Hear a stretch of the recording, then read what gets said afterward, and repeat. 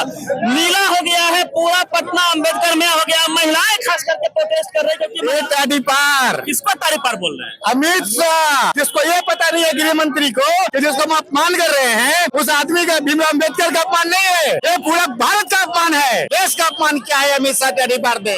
इस पर तो 307 होना चाहिए। क्या बात कर रहे हैं?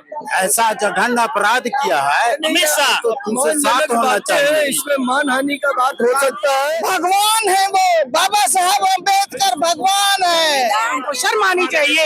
ये तनाशाह सरकार है, ये संविधान को खत्म करना चाहती है। अमित शाह को इस्तीफा करना चाहिए और देश की जनता से माफी मांगनी चाहिए। ये वो तस्वीर है जहाँ पे अमित शाह का पुतला का दहन किया गया है। ये बाबा साहब को इतना बड़ा अपमान किसी ने नहीं किया। को स्वर्ग नहीं जाना है, अमित शाह कह रहे हैं हमको स्वर्ग नहीं जाना है, हमको बाबा साहब को संविधान चाहिए।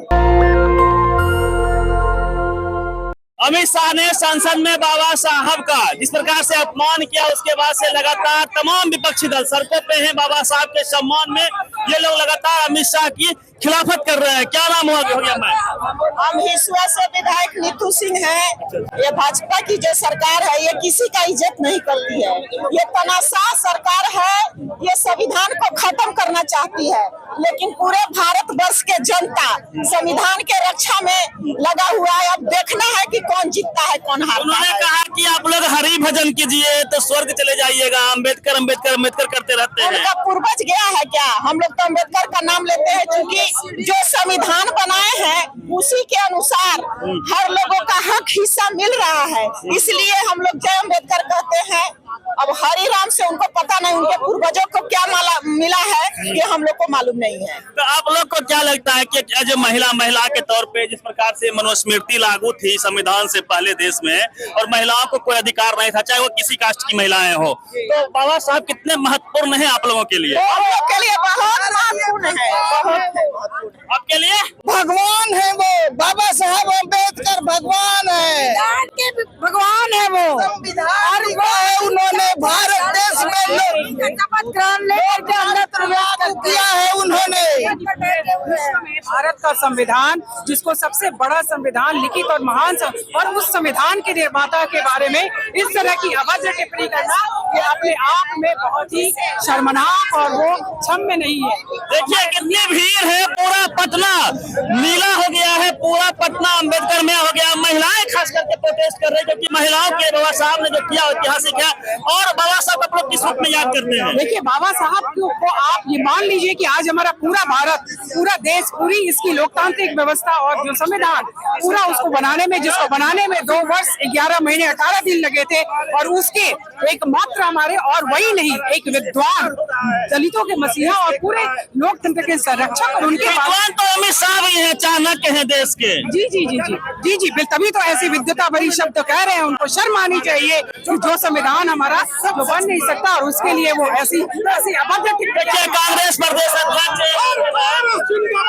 सिंह क्या कहेंगे सर अमित शाह को लेकर? अमित शाह को इस्तीफा करना चाहिए और देश की जनता से माफी मांगनी चाहिए। अखिलेश सिंह है, कांग्रेस के बड़े नेता है, प्रदेश अध्यक्ष, और जिस प्रकार से अमित शाह को लेके जो गुस्सा है वह दिख रहा है पटना की सड़कों पे। लगातार जो कांग्रेस के नेता हैं वो हल्ला बोल किए हुए हैं। इससे पहले आरजेडी तमाम विपक्षी दल लगातार अमित शाह का यहाँ पे पुतला दहन कर रहे हैं, विरोध प्रदर्शन कर रहे हैं। बाबा साहब अमर रहे, उनके जयकारे के नारे लगातार लग रहे हैं। आप देखिए कांग्रेस के तमाम नेता यहाँ पे आए हुए हैं, मैं दिखाता हूँ आपको।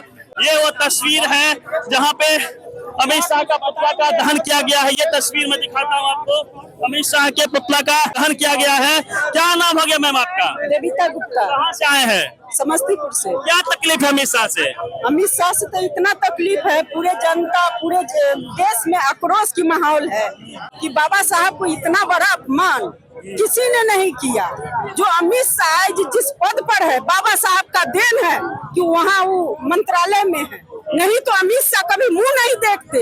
मंत्रालय कहते हैं कांग्रेसियों ने बाबा साहब का अपमान किया, उनको नहीं, कांग्रेसियों ने उनको मान सम्मान दिया, सदैव मान सम्मान दिया। और बाबा साहब सभी के लिए, पिछड़े अति पिछड़े सभी पर मैन के लिए उन्होंने मान सम्मान और संविधान लिखे, संविधान के अंदर सभी के सम्मान किए हैं। किसी को अपमान करने के बाबा साहब छोड़े नहीं है। को स्वर्ग नहीं जाना है, अमित शाह कह रहे हैं। नहीं जाना है, अमित शाह पहले जाए स्वर्ग, हम लोगों को स्वर्ग नहीं जाना है। हम लोगों को बाबा साहब का संविधान का पालन करना है। महिलाओं के लिए कितने महत्वपूर्ण है बाबा साहब? बाबा साहब तो महिलाओं के लिए बहुत ही सबसे ज्यादा, अगर महिलाओं की आजादी दी है तो बाबा साहब दिए, भीमराव अंबेडकर साहब दिए, संविधान दिया है, आज बोलने रोड पर चलने का साहस बाबा साहब ने दिया। अरे सब मनुस्मृति दिया आप लोग। नहीं, मनुस्मृति तो दिमाग को खराब करके लोगों को रखा है। अरे अब सुनिए, मनुस्मृति पढ़िएगा, ब्राह्मणों की सेवा करिएगा, जात पात मानिएगा तो स्वर्ग जाइएगा। हमको स्वर्ग नहीं जाना है, हमको बाबा साहब को संविधान चाहिए। बाबा साहब का संविधान को पालन करने के लिए हम लोग हैं। अमित शाह कहते हैं कि बीजेपी सबसे अधिक बाबा साहब को सम्मान दिया है। नहीं, सबसे ज्यादा कांग्रेस सम्मान दिया है। आज कांग्रेस के ही साथ रहकर बाबा साहब संविधान लिखे थे। क्या नाम हो गया वकील साहब? हमारा सुनील कुमार सिन्हा वकील साहब है। हाँ, वकील साहब। वकील साहब हमको ये बताइए, बाबा साहब भी वकील थे, है ना, कानूनविद थे, तो आप लोग जो है, आप लोग को स्वर्ग नहीं जाना है? नहीं, स्वर्ग नहीं जाना है। स्वर्ग कौन जानता है कि कौन स्वर्ग जाता है, कोई नहीं जाता है। अरे हरि का नाम लीजिएगा, भगवान का नाम लीजिएगा तो स्वर्ग जाइएगा। अच्छा कर्म करेगा वही स्वर्ग जाता है, वही स्वर्ग है। कर्म खराब करिएगा और कहिएगा कि हम स्वर्ग में जाएंगे।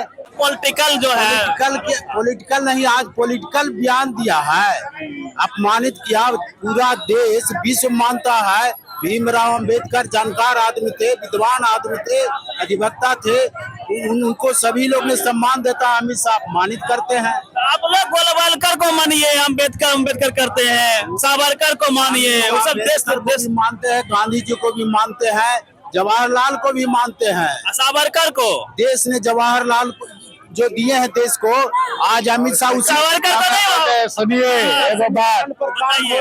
आज जो आप सावरकर की बात कर रहे हैं ना, जब भीमराव को नहीं मानते थे और आज आजादी के पहले से लेके आज तक भीमराव अंबेडकर की जो था सिर्फ था ना, एक आदि पार, जिसके चलते क्या बोले ये? ताड़ी पार। किसको ताड़ी पार बोल रहे हैं? अमित शाह। ताड़ी पार? ताड़ी पार जो हुआ है ना, ये भीमराव अंबेडकर के बनाए हुए संविधान और नियम से हुआ था, उसी का बदला लेने का कोशिश कर रहा है।